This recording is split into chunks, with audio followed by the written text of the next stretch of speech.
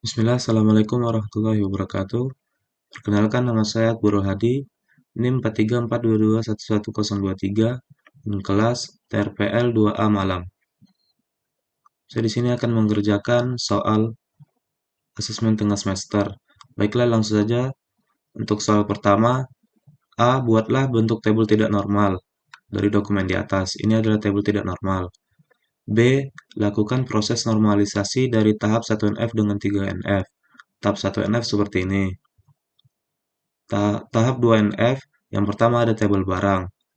Kolom kode barang, nama barang, dan harga memiliki keterkaitan, tapi kolom tersebut bertentangan dengan tabel yang ada di 1NF. Maka untuk menghindari partial dependency, kolom tersebut dipisah lalu digabungkan dalam satu tabel. Dan yang berikutnya ada tabel supplier.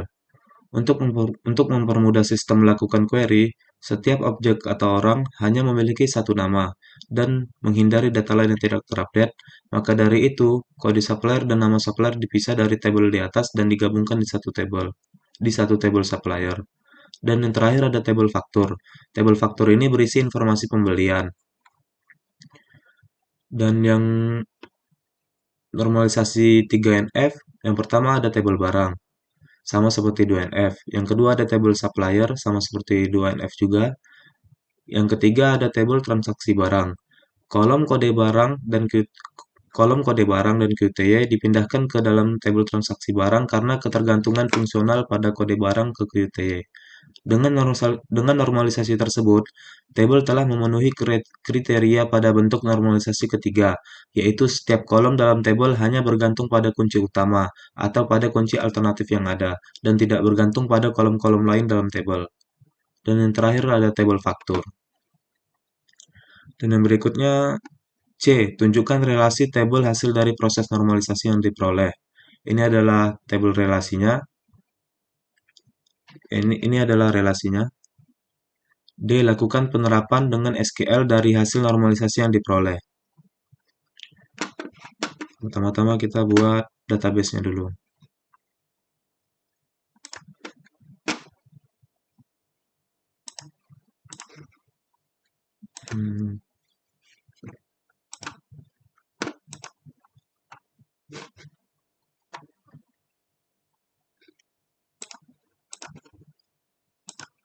Yang pertama kita buat tabel barang dan juga isinya.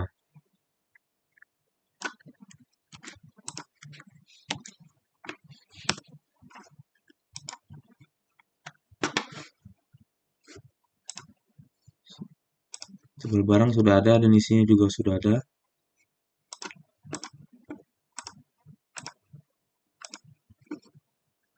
Dan juga kita akan membuat tabel supplier dan juga isinya.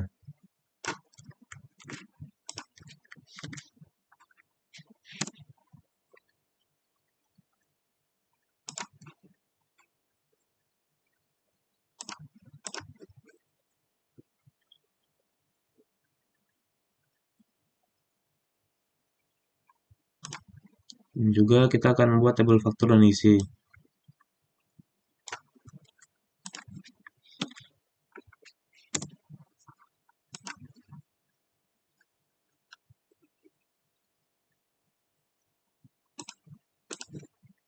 Dan yang terakhir, kita buat tabel transaksi barang dan isi.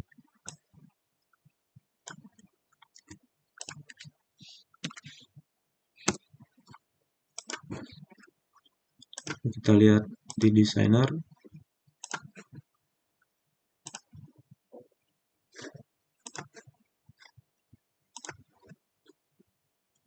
Relasinya juga sudah terbentuk ya. Baiklah, perintah selanjutnya. Lakukan operasi DDL dan DML pada tabel-tabel normalisasi yang diperoleh. Minimal 5 record data untuk DML. Oke. Yang pertama, kita lakukan operasi DDL. Di sini kita akan menambahkan kolom pada tabel supplier.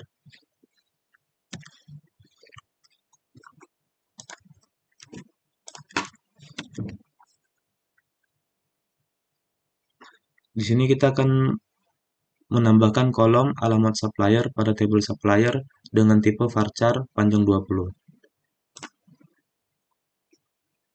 Coba kita lihat di tabel supplier, ya sudah ada. Ya sudah ada. Baik, selanjutnya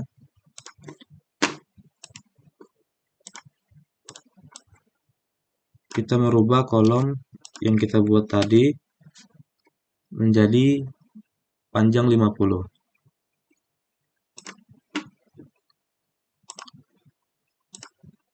Kita lihat lagi panjangnya 50. Dan berikutnya adalah perintah untuk menghapus tabel yang kita buat tadi.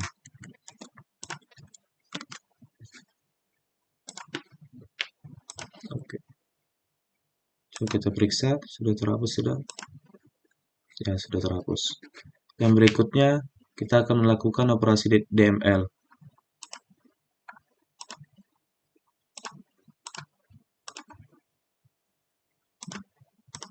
Pertama kita mengisi tabel supplier dengan isian kode supplier 006 dan nama supplier Naruto. Coba kita lihat di tabel supplier.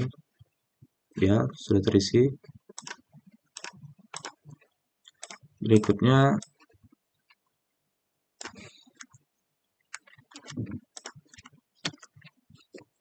di sini kita mengupdate tabel supplier.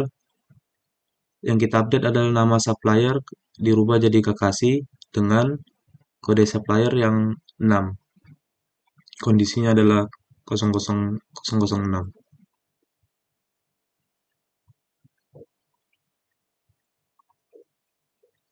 Baiklah, di sini kita akan mengupdate nama supplier menjadi Kakashi dengan kondisi kode supplier 006.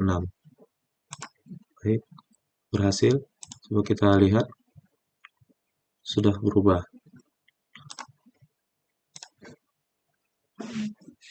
Baik, selanjutnya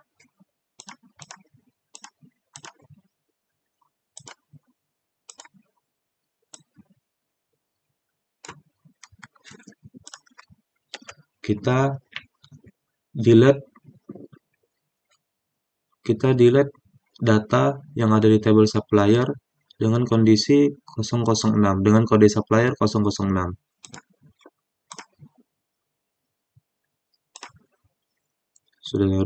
Sudah hilang, sudah terhapus. Dan berikutnya ada perintah menampilkan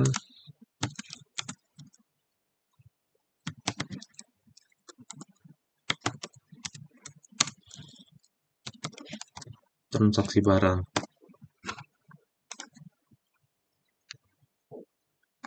Berhasil. Dan yang berikutnya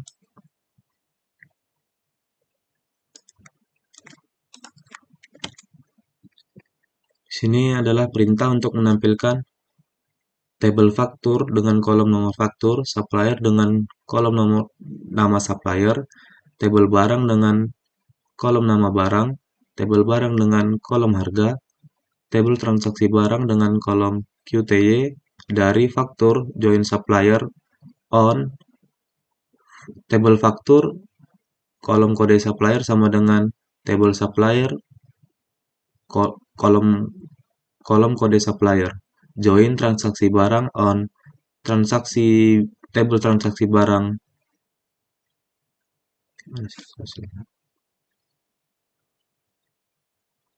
Dan juga yang terakhir ada perintah select. Ada perintah untuk menampilkan nomor faktur, nama supplier, nama barang, harga, QTY dari faktur, join supplier, join transaksi, join barang, join transaksi, dan juga join barang.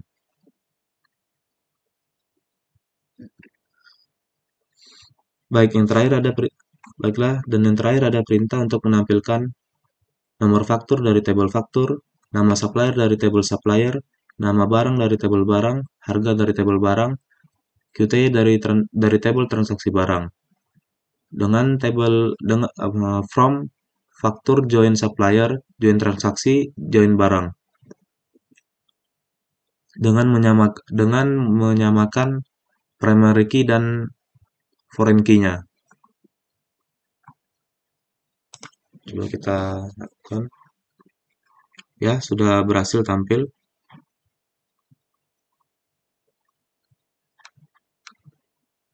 Berikutnya soal yang kedua. Buatlah database nama db underscore ats underscore teori pdb underscore nomor 2. Kita buat dulu db ats teori bd nomor 2.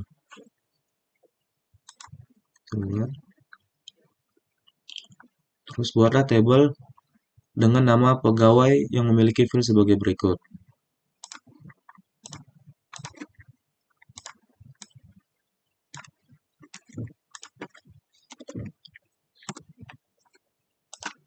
Baik, kita isi. Sudah berhasil. Tabel pegawai.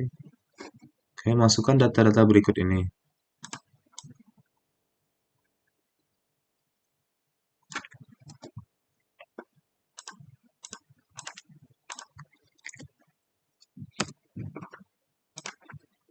Sudah berhasil, coba kita lihat.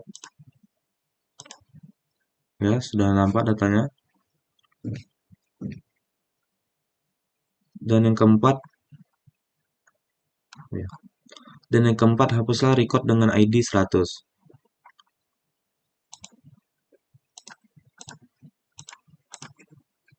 Untuk menghapus record dengan ID 100,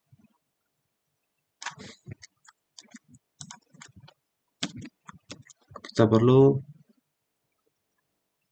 membuat kondisi ID sama dengan 100. Coba kita kirim. Ya, berhasil. Coba kita lihat ID 100. Sudah tidak ada. Ya. Dan yang kelima, update data ID 101 dan 102 sebagai berikut. Baik. Kita lakukan update data.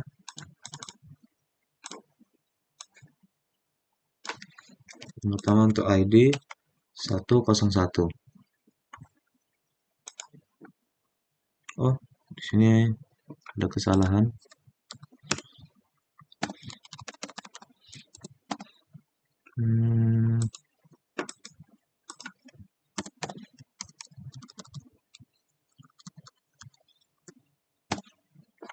Kita kirim lagi. Ya, sudah berhasil. 101 kita lihat sudah berubah. Naila Surabaya.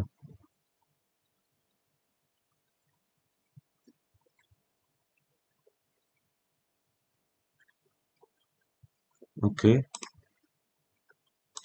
Selanjutnya yang kita rubah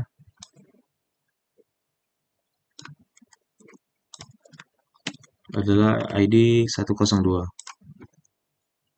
Oh, sama juga. Ini komanya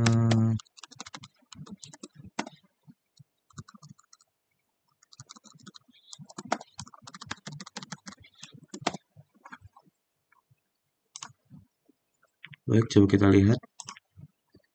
102 sudah berubah menjadi Rafis Semarang dengan gaji 14. Oke. Berikutnya nomor 6, lakukan perintah SQL berikut. Berikut ini untuk menampilkan A. Semua kolom dari tabel pegawai. Kita lari ke SQL-nya lagi. Untuk menampilkan semua kolom di tabel pegawai, kita hanya perlu memasukkan select bintang from pegawai. Ya, sudah berhasil. Ini semua datanya.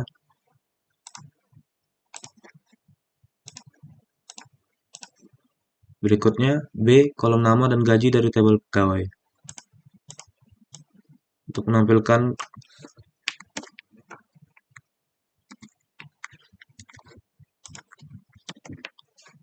Untuk menampilkan kolom nama dan gaji dari tabel pegawai, hanya perlu select nama, gaji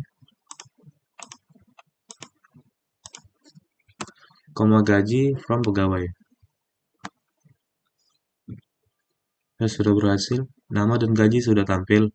Dan yang C, menampilkan kolom nama dan alamat yang mempunyai nama dengan awalan F.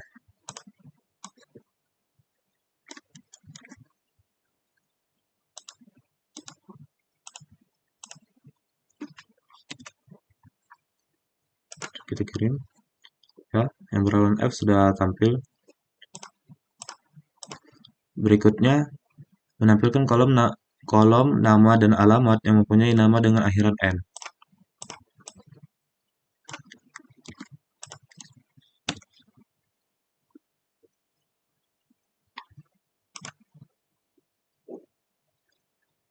Nama dengan akhiran N sudah tampil.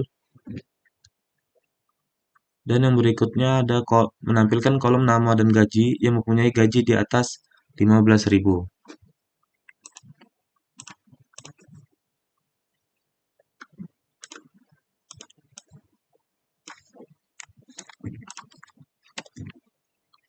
Kita jalankan gaji di atas 15.000. Ya, gaji di atas 5.000 sudah tampil. Itu artinya ini perintahnya jalan berhasil. Berikutnya kolom nama, alamat dan gaji yang bergaji di atas 13.000 dan beramat di Surabaya.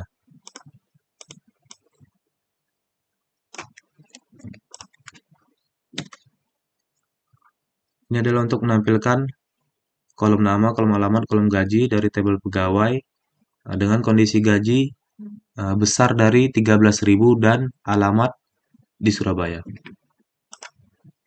Oke, berhasil. Dan yang berikutnya kolom nama untuk menampilkan kolom nama gaji dengan range gaji antara 15.000 sampai 20.000. Untuk menampilkannya,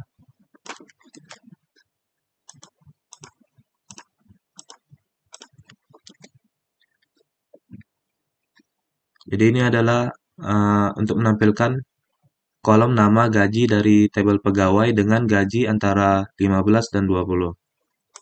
Eksekusi, tampil, itu berhasil. Dan yang berikutnya, gaji maksimal, minimal, rata-rata dari tabel pegawai.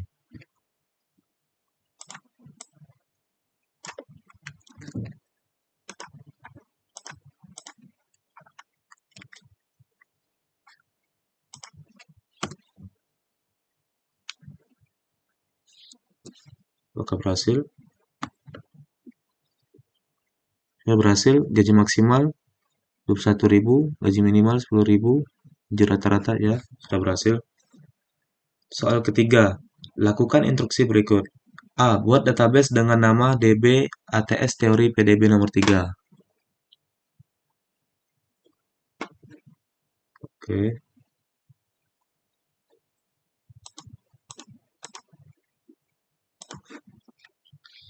DB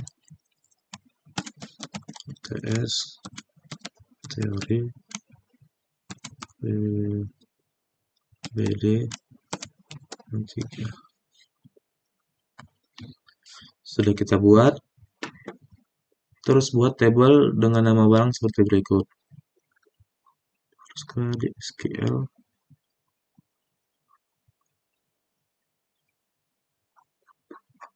Tidak harus.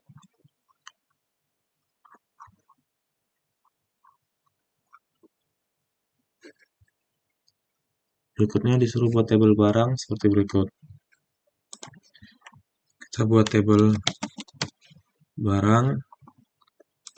Filenya 1, 2, 3, 4, 5. 5. Yang pertama ada KD barang, nama, harga,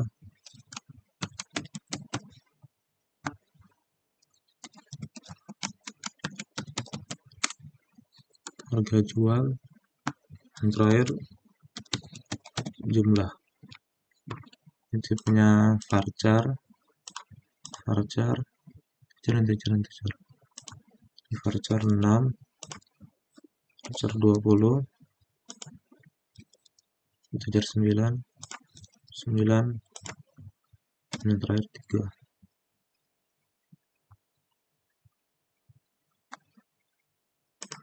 Primary key,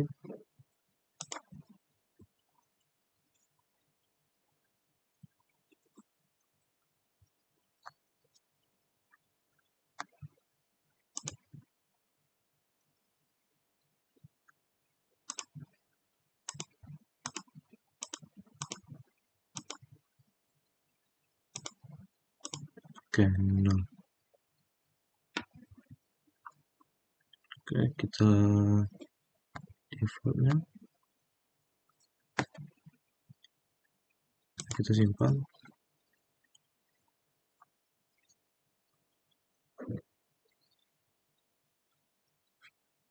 Oh sorry, yang ini juga 0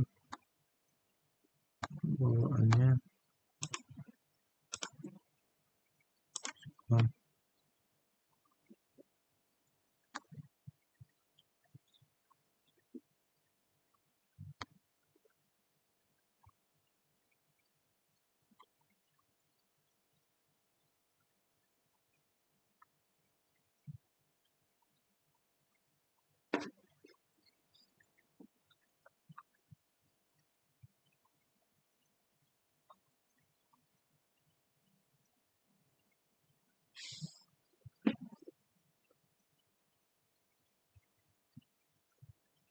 baiklah, berikutnya kita tinggal isi datanya.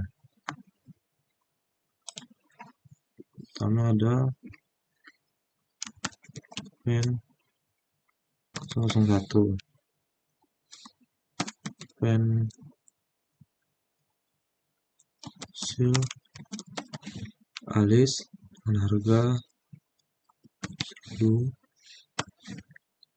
harga jual 1200, jumlah 50. Berikutnya ada kode barang LST 001 dan setan, harga beli 2000, harga jual 2000, 1200, jumlah 0. Oke, kita kirim. Berikutnya kita lihat, ya sudah terisi. Berikutnya buat tabel detail pembelian seperti berikut. Kita buat tabel baru, detail pembelian berapa? 1, 2, 3, 4, 5. Ada 5 kolom. Pertama ada KD barang, harga beli, harga jual,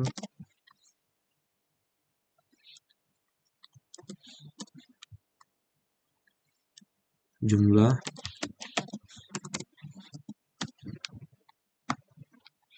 operator.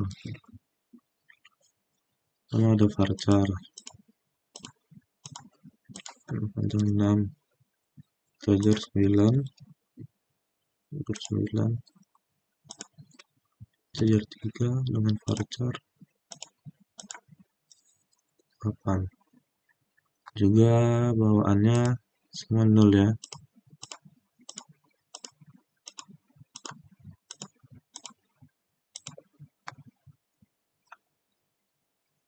Yang ini, oh nggak ada primary key. Oke, simpan. Berhasil.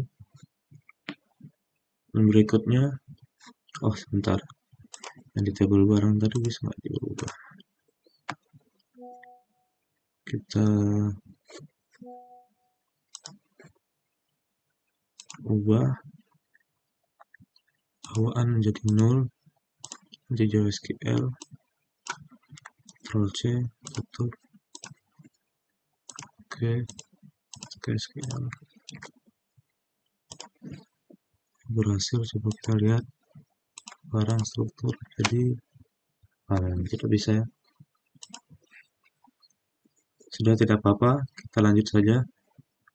Dan D ada skema trigger untuk jumlah stok barang secara otomatis. Buat trigger untuk mengambil jumlah barang. Oke, sebentar. Kita tulis. Jadi, meter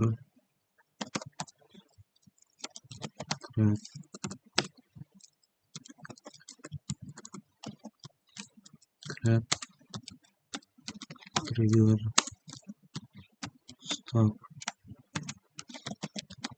stok barang before insert on detail pembelian for each row begin update barang set jumlah sama dengan if is 0.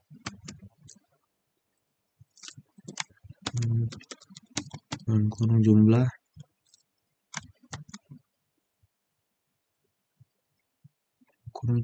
koma 0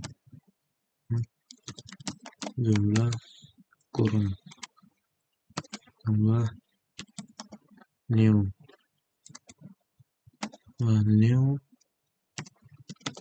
jumlah where barang new titik kode barang, terus ada n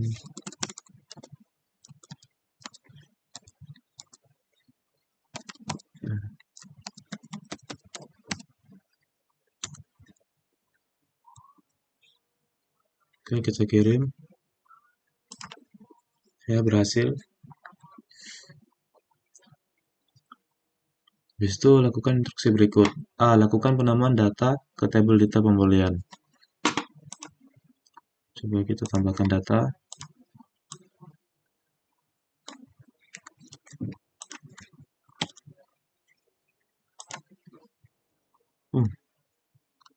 Tidak bisa.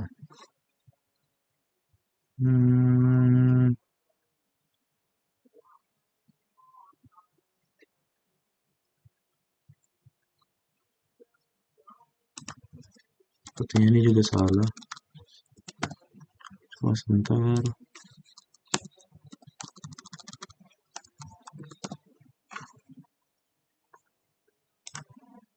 Ini berhasil. Terus pen 8 foto admin. Ini detail pembelian. Ya, sudah masuk. Lihat berapakah jumlah barang LST 001 sekarang. LST 001 sekarang. Jumlahnya masih 0.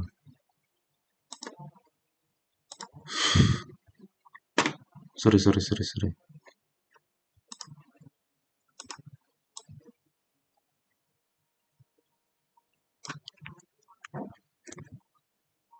Kita lihat di sini. Selanjutnya, lihatlah berapakah jumlah barang LST 001 sekarang. Kita lihat, select jumlah from barang, RKD barang. Itu. Ini juga salah. jumlahnya masih 0. Lakukan lagi untuk insert barang LS1001 sebanyak 10. Berapakah jumlah stok barang LS1001 sekarang? Kita tambah 10.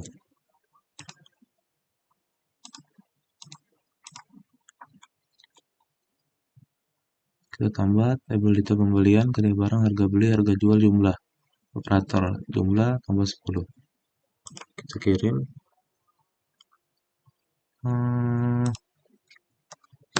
Ini juga salah.